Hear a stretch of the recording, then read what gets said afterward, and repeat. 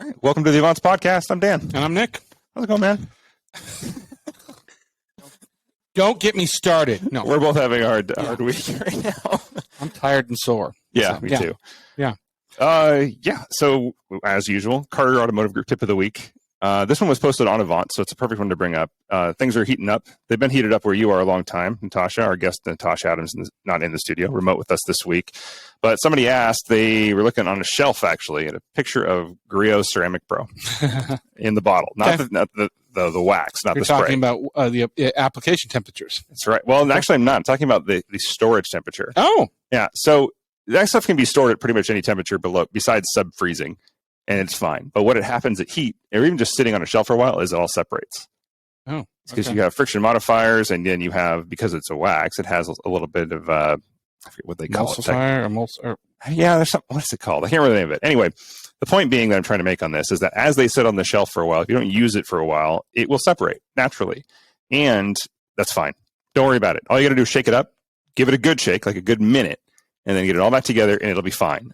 If you don't, what happens is if you, like, for example, like use a foam cannon, it won't foam cannon. It'll just clog up your foam cannon with all that gunk. So you got to make sure everything is shaken up really, really well. But after it's shaken up, even if it looks weird on the shelf, it's totally fine. That's all there is to it. I mean, you and I have had that where we've tried to use soaps and foam cannons long before we were with Griots, and it clogged it up.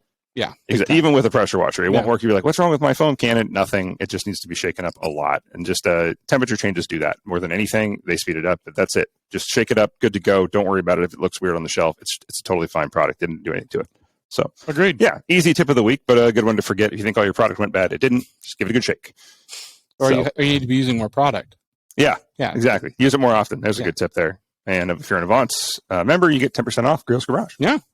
So our guest this week is Natasha Adams, and Natasha's coming to us from California. She has a lot of great stories, some really cool cars. And before I get into that, I'm going to lead into this funny thing that happened. I posted it on Avants, but for our listeners, I saw Natashas Car as she joined Avants. I was like, that's freaking awesome. And if you haven't seen her car, it's a very modified Lexus LS400. That's a modified, basically is like, it looks like a pre-runner off-roader. I'll let Natasha get into the mods and talk about that. But anyway, I'm sitting back and I'm browsing TikTok, bored at night, and I found some new music, right? And so somebody plays this track in the background. It says like music you should know. And it was actually it was from a band called Point North. And the song is Hammer. And I was listening to it and I was like, oh, that song's badass. I love this. But so I just made a YouTube playlist and I was like, I'll see what pops up because I liked that song. Well, I didn't realize at the time that song is actually a cover. Oh. It's a cover by a band named Nothing Nowhere. And so naturally in that playlist, Nothing Nowhere pops up. And what's the next song that comes up? A song called Nightmare, which is an awesome song. I was like, this is sweet too. Loving this playlist so far. Story. I know. I'm giving you the story, audience. So all of a sudden I'm kicking back. I love music videos. I love watching music videos. I always have. And all of a sudden this car pops up. And to say Natashas Car is recognizable is an understatement. Yeah. And slightly. It also had me very concerned that the AI overlords are really in my head, and I probably have a chip planted in here somewhere because I was like, wow, that's a really interesting coincidence. Yeah.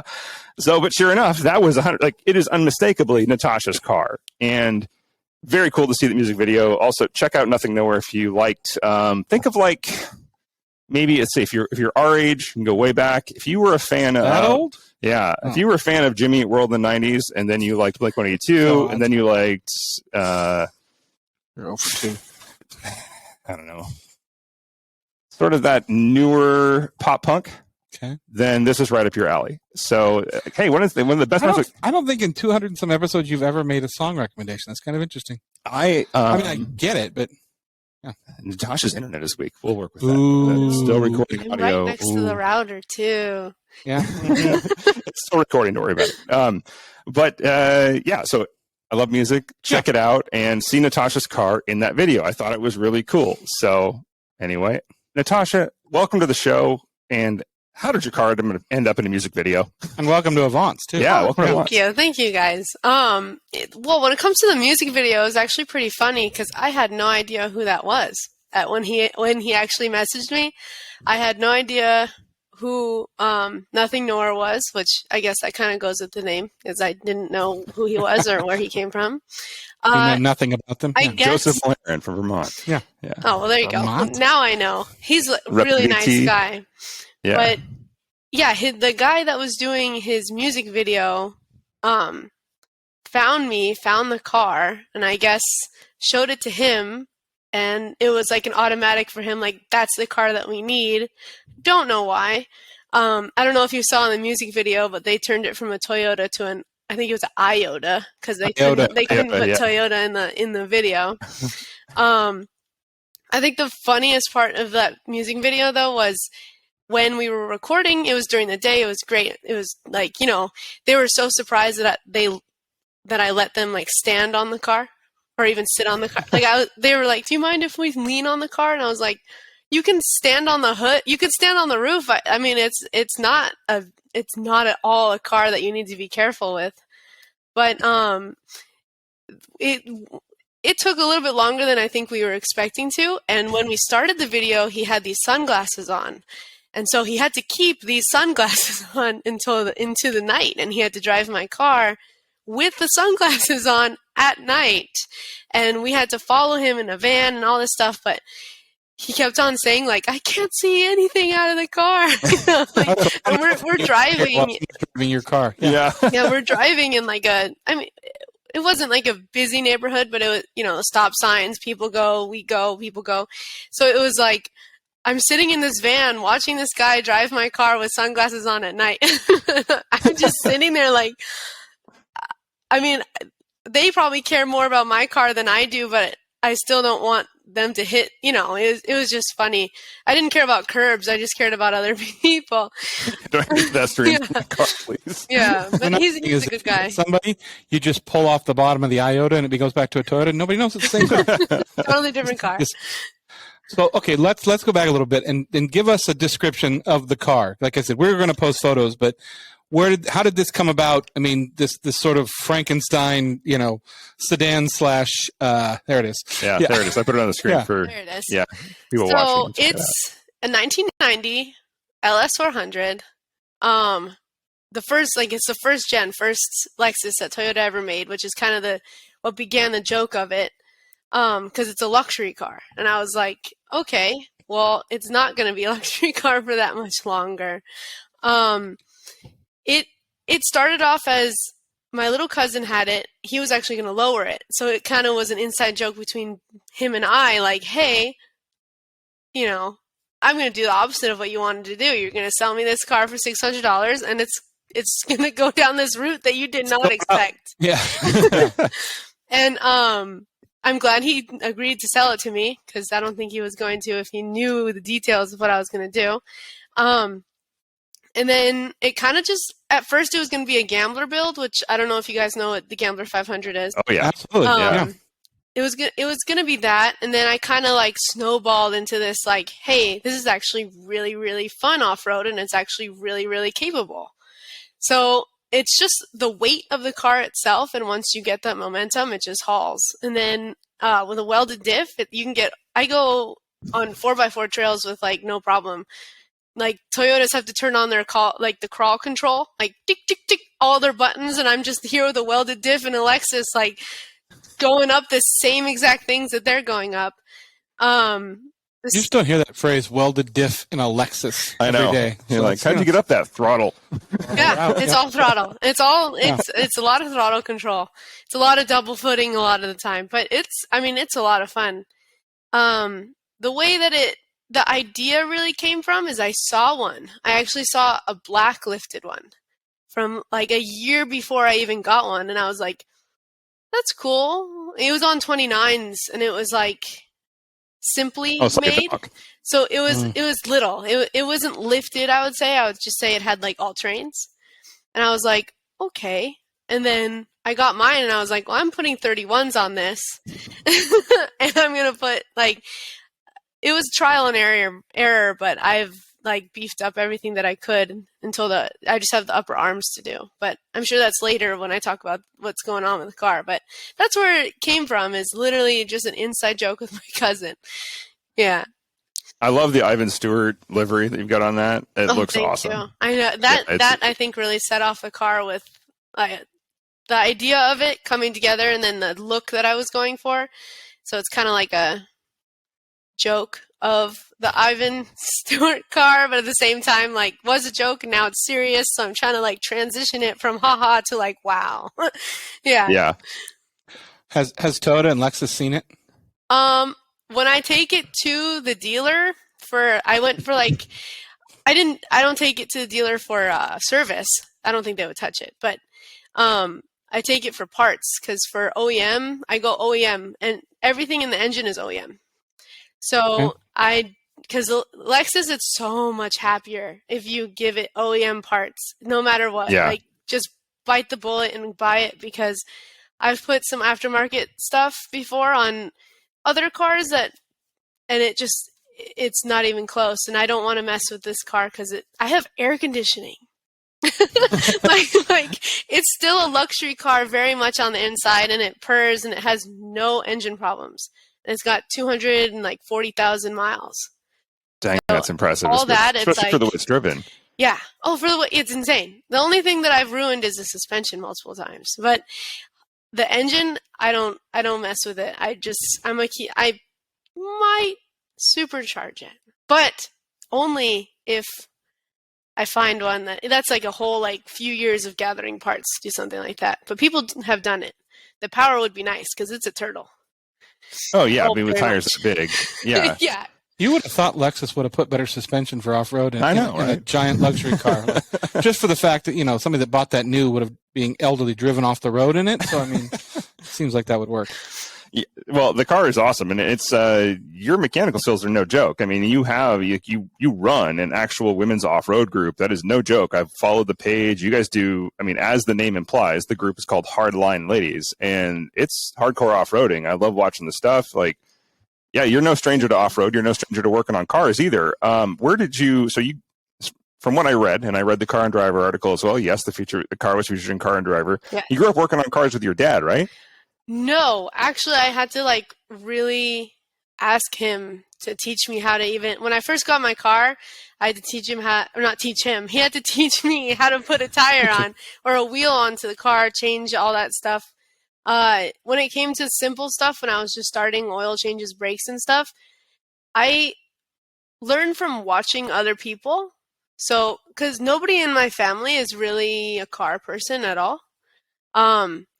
I've really just watched other people. I've gotten some good friend groups that have given me tips with stuff. And then from there, I just started working on my cars myself. And I mean, everybody has help, but when it comes to learning and having the drive to learn about, hey, I'm stuck in the middle of nowhere and I need to fix this, I kind of needed that. And since learning the basics, you can really see how things are put together once you learn the basics of, hey, nuts and bolts. And you see how everything's connected. You see all that. You learn what things are called. At first, when I was first learning how to work on cars, I could tell you how to fix something, but I wouldn't know, oh, that's called the tie rod. I would just say, that's messed up and that needs to be fixed, and I would fix it. But I would be the person at O'Reilly's I need to see a picture of what you're talking about because I don't know what it's called. I need that thing. Yeah, or I would bring it in and I would say, this is the part that I need. Can you find what this is? And sometimes they know what I was talking about, sometimes they don't. Now most of the time they don't know what I'm talking. I'm a little bit higher in the level of hey, I know what this is called now. But at the beginning it was I would know how it would be put together, and I would know the purpose of it on the car, but I wouldn't know the name of it. It's very strange, but it was a weird transition of learning what parts were called. Doohickeys. Everything is a doohickey. Yeah. We know that. Yeah. This is years ago, but yeah. Sure. Yeah, no, I mean that's nothing weird about that. I think that's just normal. When you don't have somebody over your shoulder your whole life saying this is this works this way. You got to figure it out yourself. And if you don't have a real mentor there or mechanics you can go talk to, I mean that's awesome. You figured it out on your own. Yeah. Tell us about Hardline Ladies though, the group that you started or run. Basically. Love it. Dude. So I started that at the beginning of I think 2021 actually. So a year Oh, wow. year into the pandemic. Yeah, it's pretty new actually. So it kind of started as, well, the reason why I started is because when I started going more and deeper into the off-road scene, I realized that it was mainly all guys, and all the girls that I would see out there doing pretty much the same thing that they're doing, they would all kind of like turn their heads or say like, "Oh, I can do that line," or blah. It's just kind of negative stuff. They would never hype her up, including myself. Like, I mean, I have this off-road Lexus. All these guys were like, "That's dumb."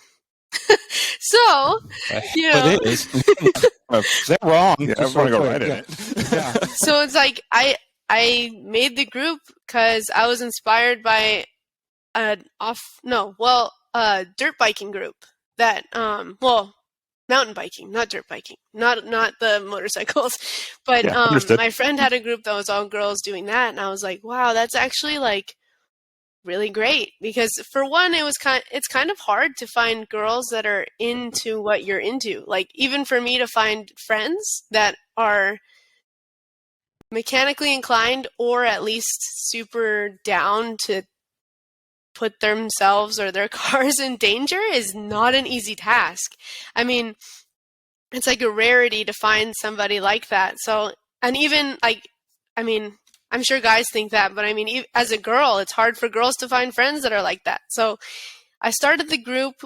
At the beginning, it was like maybe 3 other people that came out with me. And I knew one of them. 2 others were like new. And ever since that, those 2 people have continued to come to each event. And then more people would come, and I would become, then there's at least 5 regulars now that come out to the events. It's great. But it's really to create an environment. I don't want to say like a safe space, because we are kind of bullying each other in a way, but we're all kind of like, come on, you can do it, you know? But it's really to like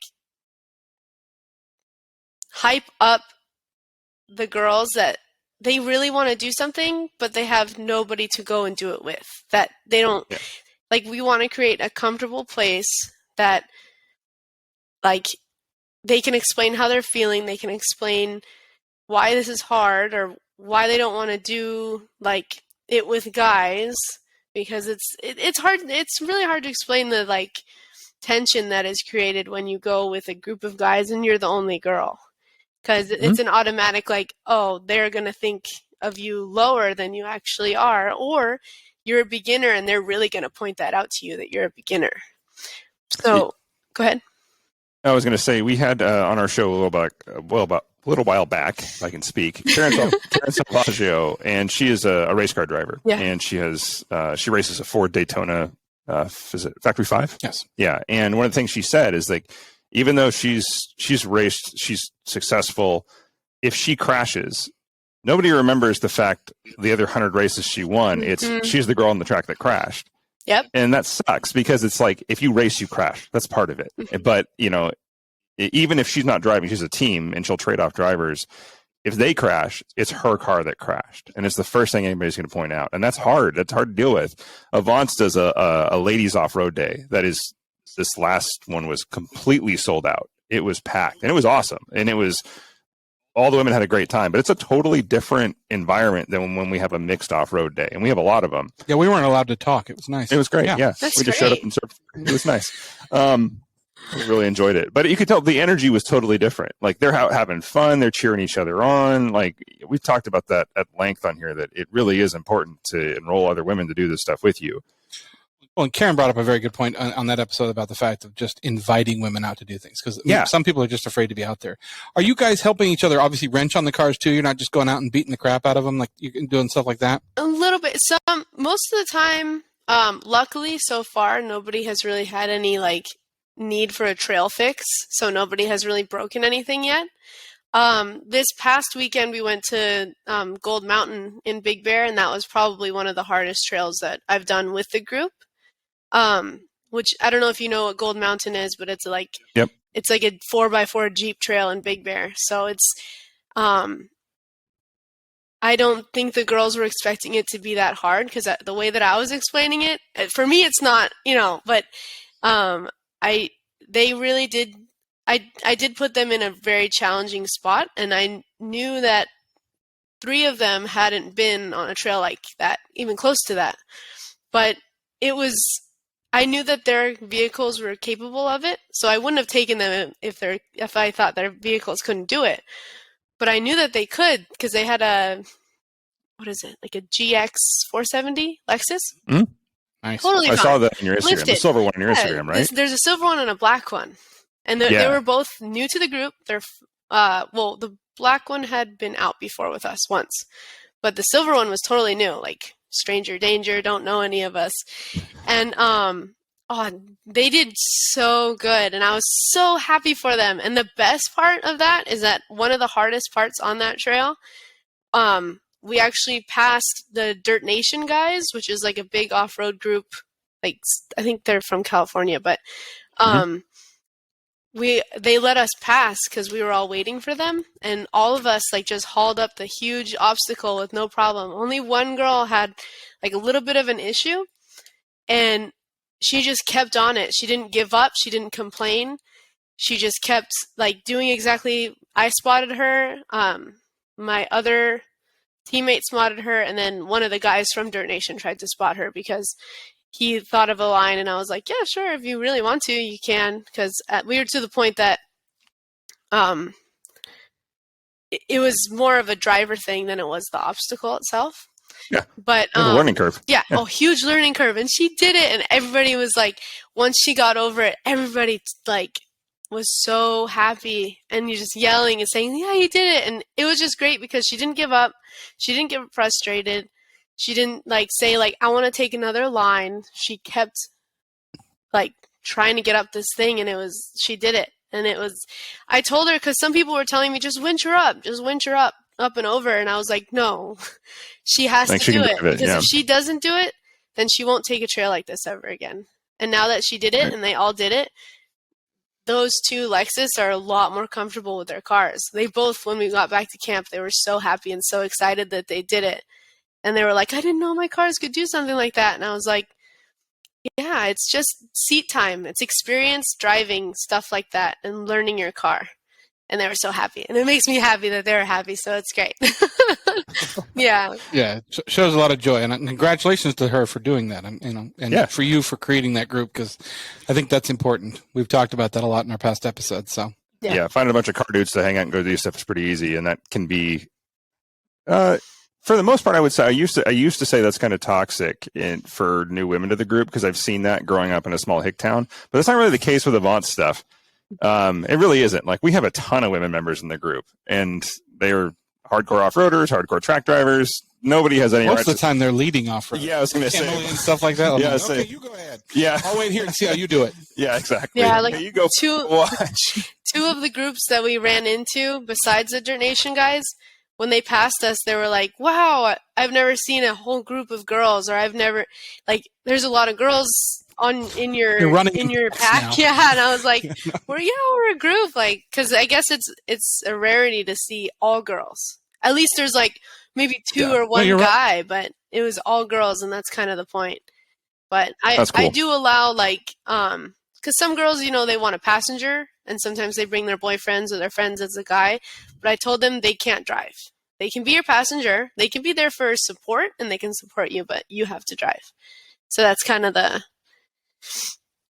thing with that. Yeah. Just ride along and be like, whatever you need, I'm here to help. Yeah. Yep. So, pass me the snacks, pass me the water, and that's it. Definitely the snack master. I'm good. Yeah. Exactly. Right on. So, you have, I'm going to talk about your cars a little bit more. So besides the Lexus, you have, is it a Nova, the classic? Yeah, I have a 74 Nova and that 91 Comanche Jeep. Yeah. So the Lexus is badass, but the Comanche is also built. Yes. Like, it's the truck, right? Yeah, the truck. Yeah. I've wanted one of those ever since I saw the movie Twister. Yeah. Dude, my Comanche is, out of all the cars, the Comanche is my favorite. That's the one I would save in a fire. Favorite. Yeah. Okay. Yeah. The thing with the Comanche, I got it. It's funny because the Comanche is actually how I know about you guys because Jacob, the SoCal, Comanche was his. Oh, yeah. okay. So the Comanche was his. I bought it from him about 2 years ago, and it was not at all how it is now, but it was the perfect truck. I love white trucks. So I saw that, and he had it up for like a year. And I messaged him, and I was like, I want this Comanche. And I showed up to see him, and I was in the Lexus. And it was like a meant-to-be type of thing. And, I bought the truck, and it was no problem. The clutch went out. And once the clutch went out, I didn't drive it for a while. And then I got it back, and learning how to climb in a manual is hard. Very hard. Yeah, especially an old manual. Yeah. No hill assist. Yeah. Nothing. There's e-brake. nothing. Yeah, I don't even have an e-brake. Yeah, I'm doing all this without an e-brake. Like it's clutch and hold and hope it holds. Yep. Yeah. That poor clutch. But it's fun, and now compared to when I bought it, the Jeep it's a long arm 6.5 inch Rusty's lift, which is like huge. And it's the bed is here on me. Just the bed, not the cab, but the bed. Dang. And You're what, 37s on it then? 6.5? 35s because 35s. I mean, okay. in the back Still. I have a Dana 44, but the front is only a Dana 30. So until that 30 explodes, I'm going to run 35s, and then I'll probably do something else. And I need an e-brake and to get a little bit better with crawling up things with a manual, because even as much of experience that I have so much room for improvement that it's like I need to learn more before I upgrade anything. And I don't really want to touch that Dana 30 until it explodes because I don't have the money for that. So for what I want yet, because I don't want to just replace a 30 with a 30. I learned to drive stick off-road way back in the day, and I have not done it in years. I would be terrible at it now. That is hard. It's hard. It's very hard. I burn the clutch out of the cross track all the time. Yeah. I mean, well, I applaud you. Thank you. I mean, that thing is built and badass. I love seeing it. Thank you. I love Comanches in general. They're just cool. So which one is your daily driver? Like, what are you driving the most? The Lexus. The Lexus? Yeah, the Lexus is, well, it was the Nova for a while. And then when it got to be like 80 degrees plus outside every single day and sunny, then I went to the Lexus has air conditioning. Yeah, the Lexus has air conditioning. So it's my luxury car still. It still is a luxury car. I just go through like KO2s like a set each year, but that's fine. But with the welded diff, they're just dead. But it's a great daily. It's comfortable. Yeah. I think we should start a GoFundMe for a limited slip wave track or something for that. So she can say retire. Absolutely. Somebody will make an air locker. Yep. I've gone through like 3 KO2s in the past year and a half. Man, I go through a year, but it's because of mileage, not because of welded diff. It's just because turns now. It's going around turns. Yeah, it's great. Going to Starbucks. Goodbye. Yeah. Not hard to find that car in the parking lot. So, I mean, with this, I mean, what did you have to do to put suspension on that car? Like, I mean, did you find a package or did you fabricate it yourself? The Lexus? Yes. Yeah. Kind of like I said, it was all trial and error. So for a long time, I was running the stock shocks, stock everything except strut spacers on the top of the shock mount. Okay. For a while, I had that, and then I would just go through shocks every 3 months because I would get some cheap Master Pros from like O'Reilly's and just warranty them out for free every 3 months. So that was kind of my. You work at O'Reilly's, right? I used to. Yeah. You used to. I used to manage assistant manage a store. Okay. So all right. It was. These broke.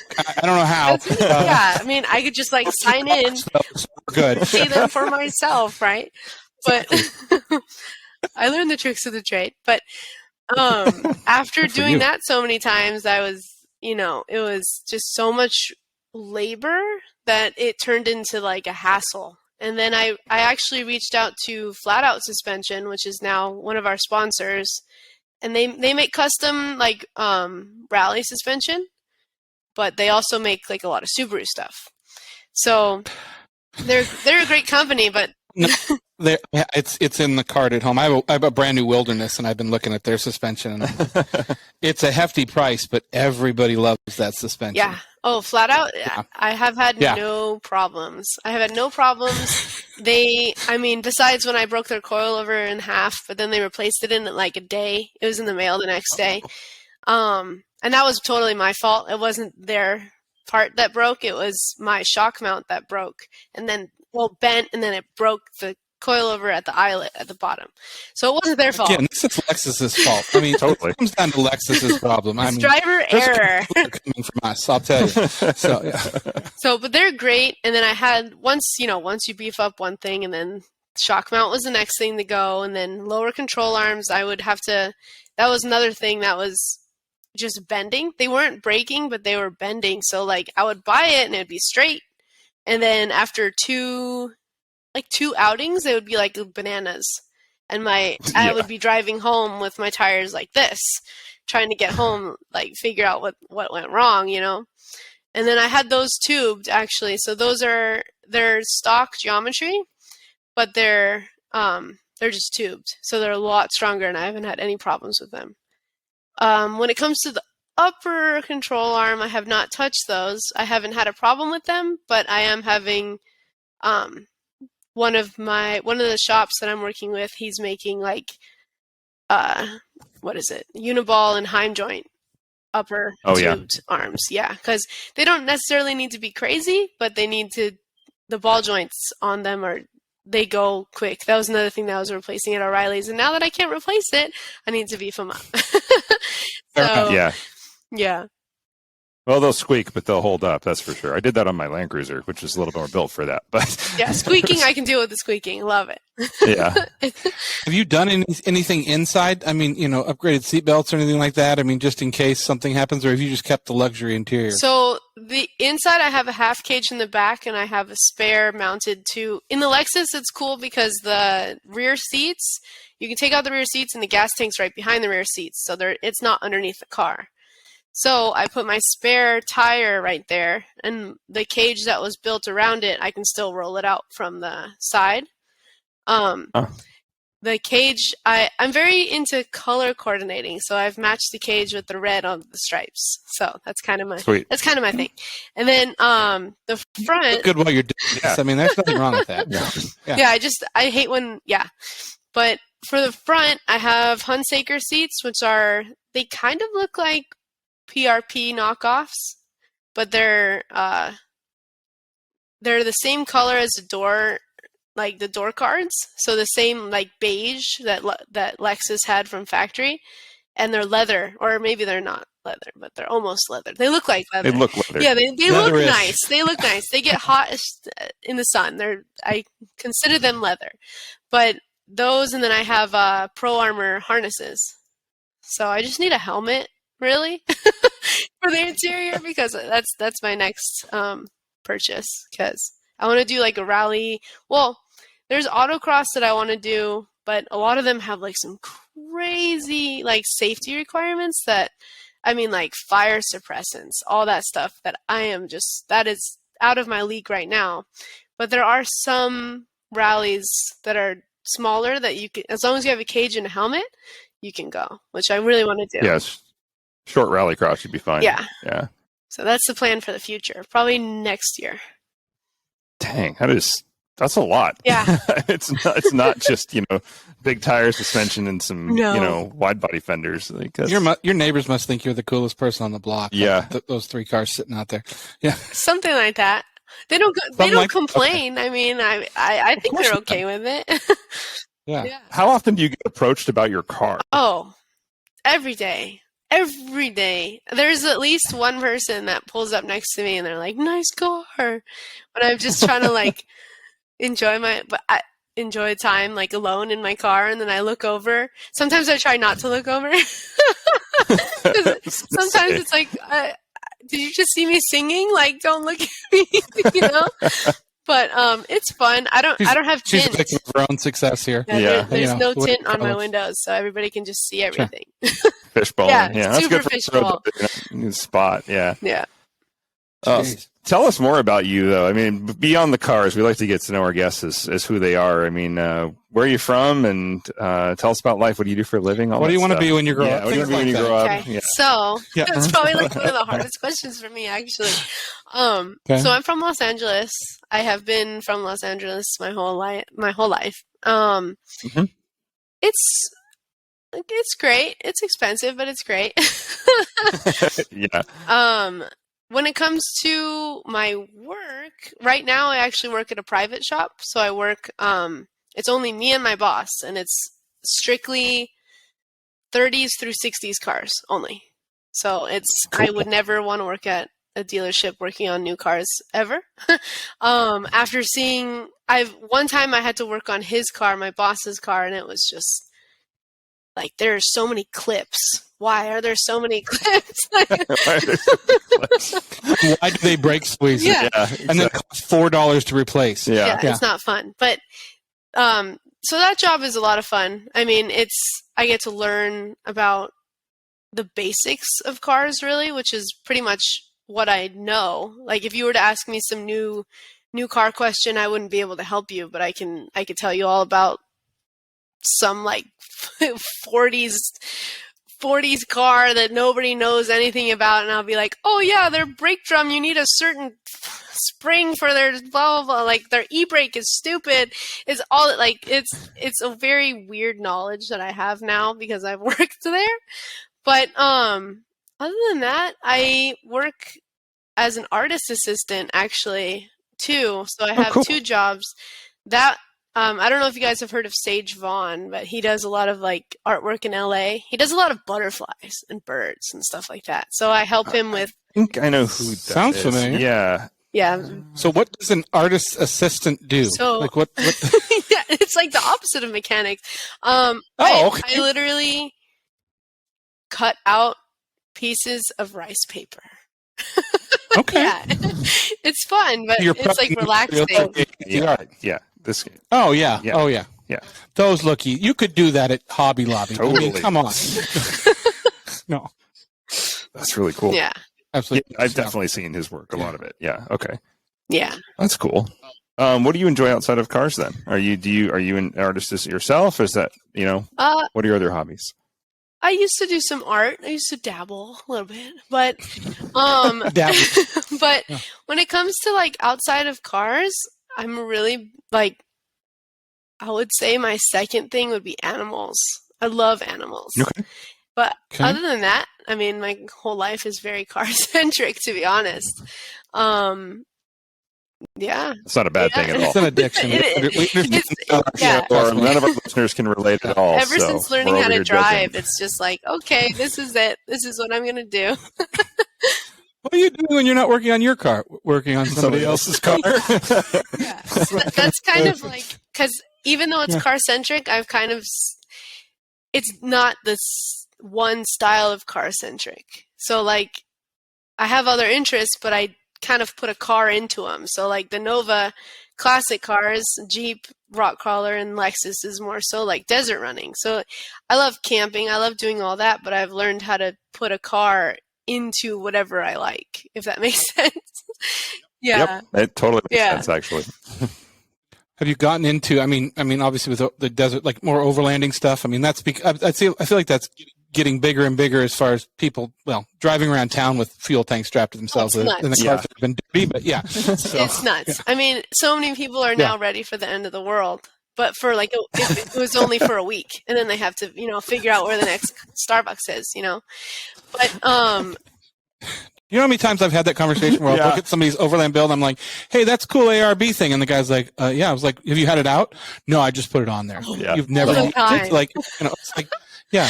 Oh, it's a nice refrigerator. It's not plugged in. That's going to work great. You know what's funny? You know how many times we used the traction boards on Land Cruiser? Yeah. Like every time we went out, right? Yeah. Yeah. No, I used them. We went through them. I mean, every single time we went out. We're really good at finding people that are stuck. Yeah. Oh. And then I got a brand new set on the Raptor, and I put a rack on it. They're mounted up there nicely. Never had them off once. been to Moab, been up in the snow, buried the thing up to the bumpers. Never used it once. I just air down and then like hit, unstuck me. Yeah. Like everything was manual in the Land Cruiser. The Raptor is just like, just hit the button, it'll figure it out. Just get off the throttle, hit cruise, off road, and it'll just drive. It's really weird. Yep. All these new cars have that. Yeah, it's weird. I've never used my traction mats on my car. Yeah. It's always on. 2 weekends ago when we took the Subaru up and I pulled out a big Dodge Ram, the guy that decided. He was really pissed. He was really pissed when I drove by him too. It's like, I know how to do this. Like, so, what do you mean air down? But do you have traction mats? No, I'm not going to take the floor mats out of my car. Not what I said. Yeah, that's funny. Yeah, all right. Overlanding is a very big thing right now. I feel like, and it's cool, but it's more to get to a campsite than it is to go off-roading. Is what I've seen. It's like they don't. They might take a dirt road, but they don't take a dirt road to get to wherever they need to get to. It's like we take day trips, whereas they would go camping, So, and it's not really camping. It's just get on top of your car, look at the stars, and drink coffee, but it's cool.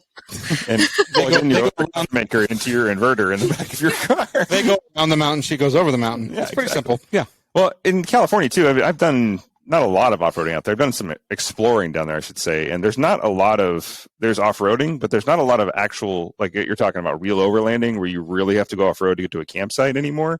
A lot of those places have either been blocked off or they are limited to day use. So like to get way out there and like to really go off-road and camp, you kind of got to do it actually technically illegally. And there's still some out there, don't get me wrong. But like if you go up into Canada or Montana, Wyoming, Utah, Idaho, there are places, a few places in Washington, but even like in Idaho, like, hey, go 4 days that way.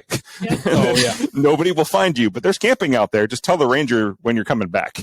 And that's kind of how it works. So anyway. Yeah. I love the overland, like the actual safari overlanding. That stuff is badass. That stuff is, you go through like the rivers and you actually like, that stuff that stuff is great. But when it comes to just like, we're going up the LA crest to turn off on a road, it's, I think people, I mean, that's a great hobby and I respect the people that do it. It's great. It's just, I think it comes to the point of they spent so much money on a car that they don't want to take those harder lines or harder trips because they don't want to damage anything, which I understand. I mean, if I spent that much money on a car, I would want to not. Oh, are we talking about somebody here? Never mind. No, you know what I mean. You're absolutely right. How dare you? No, like no disrespect to overlanders at all. It's just I see it. It's the money spent on added additions or add-ons that you don't want to ruin your car.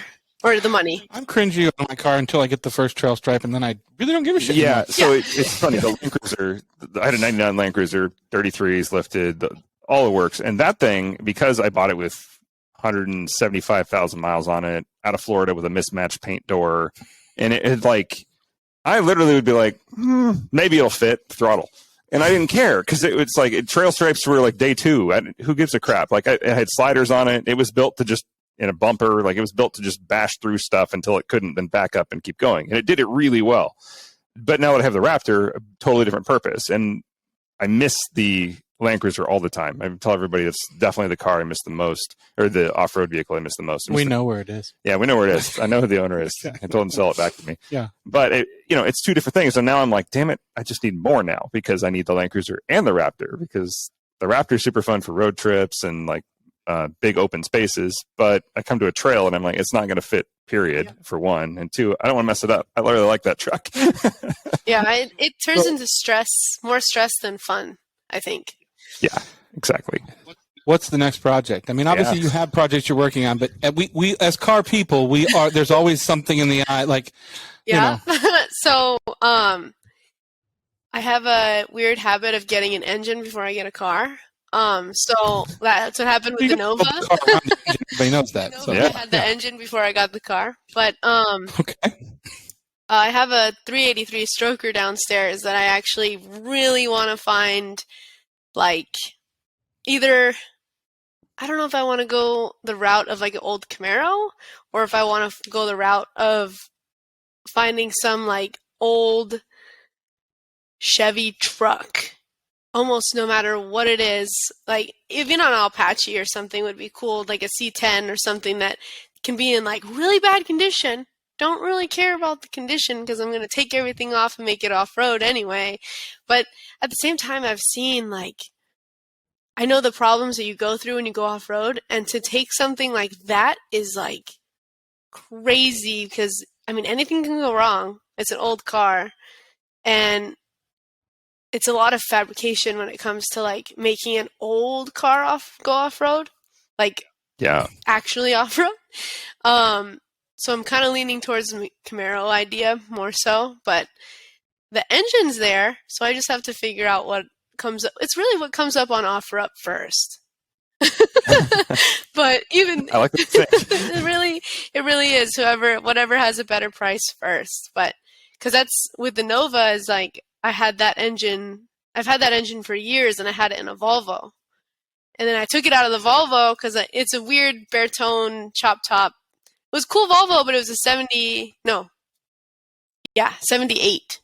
which I had to smog. So I was like, or I can just like not deal with that and then put it into just get a Nova. Yeah. And then this was all in like a night's decision of going on OfferUp and messaging like 10 people that were selling a Nova. Hey, what are you doing with this? And then I went and I got the Nova like 2 days later after that decision, and then put the engine in my yard over here.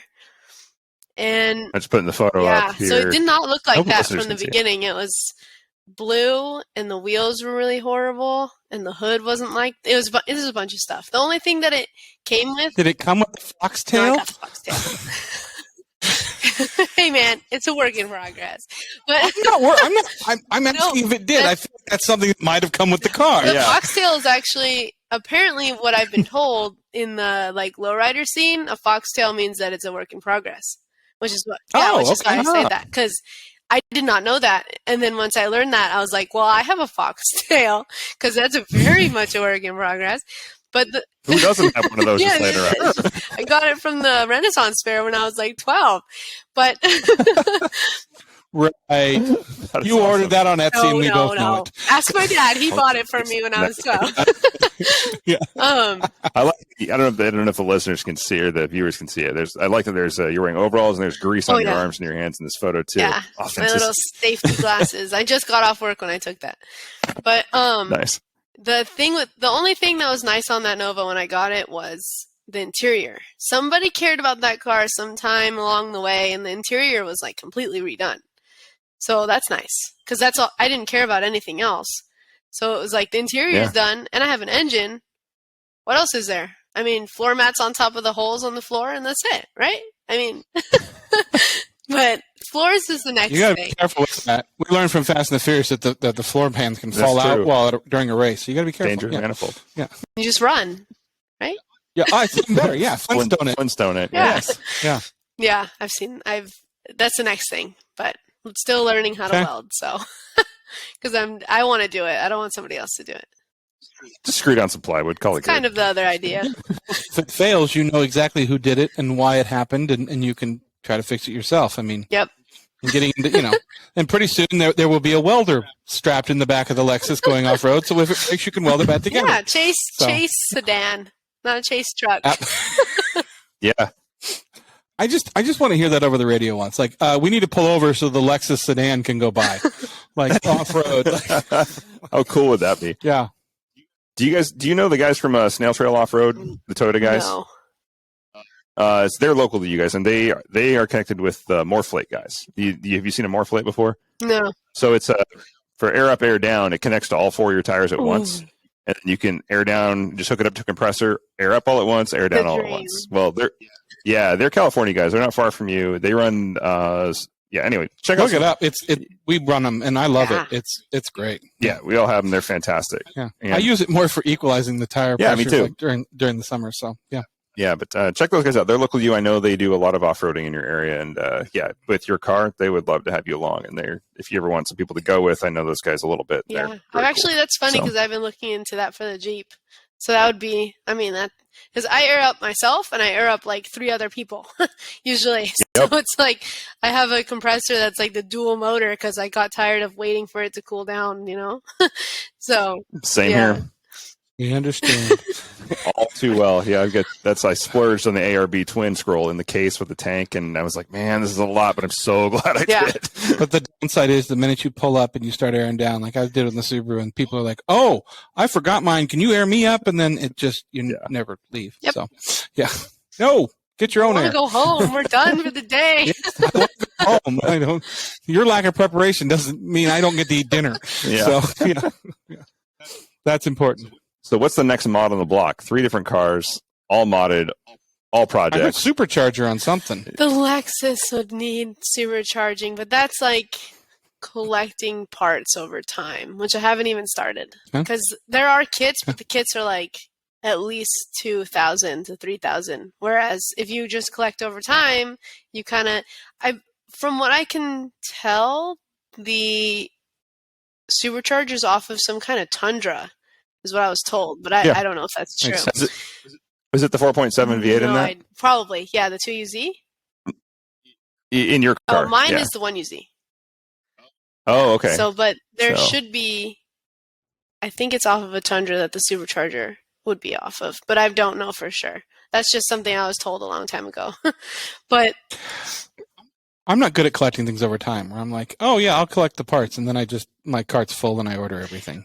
Yeah, no, I think you're right, because I think it's the same motor that was in my Cruiser, and I remember that was where the Tundra supercharger came from. I could be wrong, but I think I recall that when I was looking for the same thing, because that thing was slow as molasses uphill in the winter. Yep. So, yeah. Pretty much. Yeah. I don't know how you afford gas. You must not have to drive very far. Yeah, so thankfully, no. On gas and no, I don't have to drive that far. It's just downhill one way. Just coast. All of her cars are heavy. It'll get you there fast. So, yeah. No kidding. Yeah, surprisingly, the Jeep is actually the best on gas. But it's also a manual. It's re-geared. So, all those things. But the Lexus and the Nova are like neck and neck. It's stupid. But it's only if I run the AC. If I don't run the AC, it's okay. I'll just sweat. It's fine. Yeah. And then with the window tinting, I'm sure it doesn't make it hot in there at all. Not in LA. So, yeah. Right on. Well, you should come up to the Pacific Northwest, because we have tons of off-roading, tons of off-road events, and tons of women for you to off-road with, or you're welcome with us anytime as usual. Well, thank you. We really appreciate you taking the time. I know it took us a little bit to get this together, but thanks for doing this. We're looking forward to really watching the LA Avants really take off, California Avants, and you were the first one that he messaged us about. He's like, you need to have her on this show. I mean, the car is amazing, and so thank you. Yeah, we appreciate it. Yeah, yeah, and you need to grow your YouTube channel. I like your YouTube stuff. You were talking about it today on Instagram, and I was like, yeah, post more videos. I want to see production. I'm always so awkward when I'm actually like recording myself. I don't know how people can do it so naturally. I guess it's just practice, which I did get into it for a little bit, and then I kind of fell out of it. And then since falling out of it, it's like, I don't know what to do with my face or my hands or anything. Like the Nova, I think, was the last video that was actually like talking to the camera, but that was over like a good maybe 4 months of like, this is what we're doing today, blah, blah, blah, and then do it, and then that's it. And then it would be add that on, and add that on. It wasn't like a whole video, but the next video for the YouTube is going to definitely be putting on those fancy upper arms on the Lexus and then test driving it. Sweet. Yeah. So I need more. That'll be amazing. Need more stuff on that car, because that car, nobody knows what's under it. I would love to see like a walkthrough video. I mean, don't cater to me, but this is like when I was like, man, I wish I could like just like see a walkthrough of everything you've done, because it's like tons of great pictures. Don't get me wrong, and thank you for the ones you sent me. I'll post those on the show notes. Our listeners, viewers, if you go to the Avants podcast page and look at the page for this episode, you will see the photos that you sent me. You can see all of her vehicles. They're great high resolution photos, and you will be impressed. What's your YouTube link or your Instagram link? Links you want to share? Instagram is my name, Natasha Adams with 2 D's. So NATASHADDAMS. And Like the Adams family. Yeah. And then the YouTube is, the link is Natashas Cars. Yeah. Okay. That's it. It's not very creative, but it's very straight to the point. I'll post those links for people to check it out. Thank you. Yeah. Follow her Instagram. Check out Hardline Ladies on Instagram as well if you guys want to see some good footage. Ladies, listeners, I know we have a lot of you. Please check this out. This is another way for you to get engaged. There's lots of people with like-minded individuals. You're not alone in this. Listen to us dudes talking about it. And another reminder, if you're out there wheeling or you want to go wheeling, and invite the girls. They want to go. Yeah, yes, exactly. invite them and teach them. And if they can't do anything, just don't force them, but tell them that they can. You know, sometimes all you have to tell somebody is like, you can do it, and they'll do it. That's what I've learned. Absolutely. Yeah. Amen. Excellent. Well, for this episode of the Avants podcast, as always, I'm Nick. I'm Dan, and don't just get there. Enjoy the drive.